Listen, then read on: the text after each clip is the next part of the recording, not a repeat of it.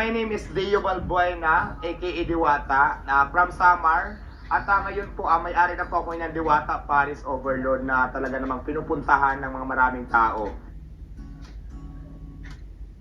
Ayan, si Diwata kasi lumaki talaga ako from Samar. Pero siyempre kami mga probinsyano, na mahirap lang naman kasi talaga yung buhay namin sa probinsya. Kasi ang source of income namin doon is magsasaka kami, nagtatanim ng palay, nag-aani, nag-aabaka.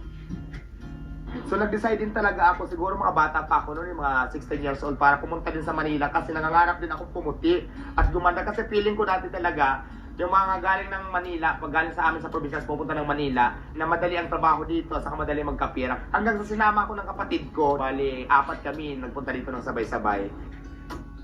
Ang source of income talaga namin doon, di ba? Palay, magtanim ng palay, magpupras, mag-abaka. Imagine mo, ang taas-taas ng nyog. Akyatin ko yan para makakuha lang ako ng mga 10 piraso, 5 piraso, depende doon sa bunga kung ilan. Tapos kung kuprasin namin yan, babalatan pa yan, tapos lalagyan pa ng apo yan para maano. Eh di ba kababae kong tao, tapos akyat ako ng mga bundok-bundok, pang lalaki yun. Kaya sabi ko talaga, mas pinili ko talaga na mag-stay ng Manila at mas maraming opportunity, mabilis ang pera. Depende lang din yan sa diskarte mo, lalong-lalo na nung natutunan ko na paano mabuhay sa Manila na mag-isa.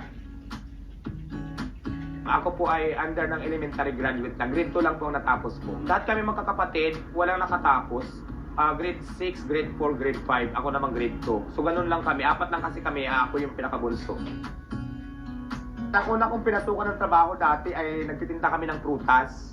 Tapos, siyempre, parang may mga kompetensya din kasi magpuprutas. Saka parang hindi rin naging maganda yung naging namin doon samahan. Kasi dati galing pa ako ng probinsya. Bawal pala yung nandun na sa kabila. Kasi parang kami ng tinda eh. Tatawagin mo. Parang nagalit sa akin yung mga katabi kasi yung mga customer nila tatawag ko na kukuha namin. So parang karoon sa ako ng mga treat doon na ginawa mo ito ganyan, natakot ako, so umalis ako. So pumunta ako sa pinsan ko. Tapos yung pinsan ko naman ulit, pinasok ako ng trabaho naman boy sa isang bahay na malaki.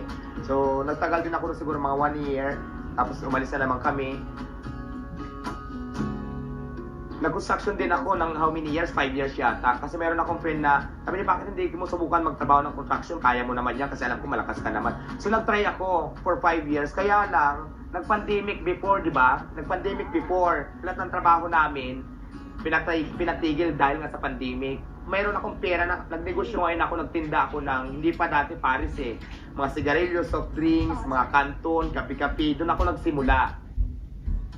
Kasi ang trabaho ko dati sa tulay ako, nangalakal ako noon eh. Nanguha kami ng mga plastic, yung mga pagkain namin, nanguha kami yung pag niluluto namin, yung recycle namin. Ganun kahirap. Masaya doon, pero mahirap. Wala namang masama sa ginagawa ko, basura naman itong dinadampot ko eh, di ba? Anong masama dito? Kinukuha ko to para mabuhay ako kasi bawal daw. Naranasan ko yan. Ganun yung mga ayaw ko ng balikan ng mga sitwasyon, ng mga pangyayari. Masakit yung para sa akin kasi nag-survive ka na sa sarili mo, pagbabawalan ka pala, naiting ka pa, di ba? Lahat pa ng diskriminasyon nasa sayo. Nang intention mo lang naman is mabuhay ka, mag-survive sa sarili mo. Yung knowledge ko sa pagpaparis, kasi wala naman talaga ako alam dyan, nanggaling doon sa friend ko, kaya nagpapasalamat ako doon sa friend ko kung nasaan ka man ngayon. Hanggang ngayon, kinarir ko na siya, naging Diwata Paris na siya. So doon po nag-start yung aking business journey. Kasi dati nung nasa tulay ako, hindi alam ng mga magulang ko, ng mga kamag-anak ko kung ano na nangyari. Kasi hindi ako nag-update sa kanila eh, kasi diba, sabi ko nga, mahirap na yung sitwasyon ko. Mahirap lang din naman sila doon, mamroblema pa. So sinulo ko, kaya nabalitaan nila ako nung dahil doon sa balita. So mayroon akong friend na dahil sa pandemic, chef cook siya sa isang restaurant, pinatigil din, nawalan siya ng trabaho. Pumunta siya sa akin na sabi niya, kung may pera ka na, mas madali ang kita sa pagkain, ba't hindi natin dagdagan kung may pambili ka naman dyan ng mga ingredients, tapos yung mabili natin kaldero. So doon ngayon nag-start yung pagtitinda ko ng pagkain at saka yung Paris ko doon sa friend ko na yon. Yung mother ko naman talaga ever since support talaga kung ano gusto kong gawin. Ang hindi lang talaga support sa akin yung father ko.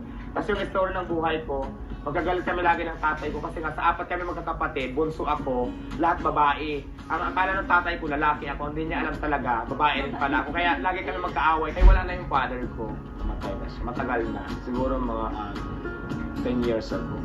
Natanggap niya naman daw bandang huli, nalaman niya bakla talaga. Pagsikap pa lang talaga, lumaswerte ka lang. Kung mayroon kang pangarap, gawin mo na kaagad. Huwag na yung hintayin mo kung kailan mo umpisan yung gusto mong gawin sa buhay mo, yung wala ka ng lakas. Ang plano ko sa Diwata Paris Overload ay magkaroon ako na ma-expand pa yung business ko, magkaroon ako ng mga branches. So yun ang next step ko naman sa ngayon.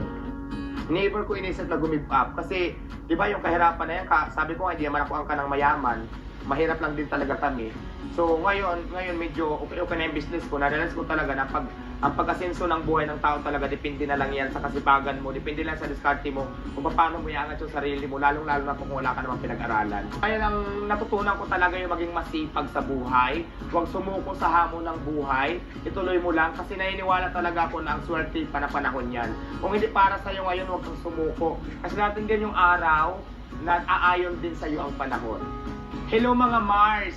Ang message ko lang sa inyo, huwag lang kayong sumuko sa mga pagsubok na yung dinaranas ngayon. Basta ituloy nyo lang, kung nadapa kayo bumangon, lalo nyo pang galingan, lalo pa kayo magporsige. Kasi naniniwala talaga ako na ang swerte pa na panahon yan talaga mga Mars.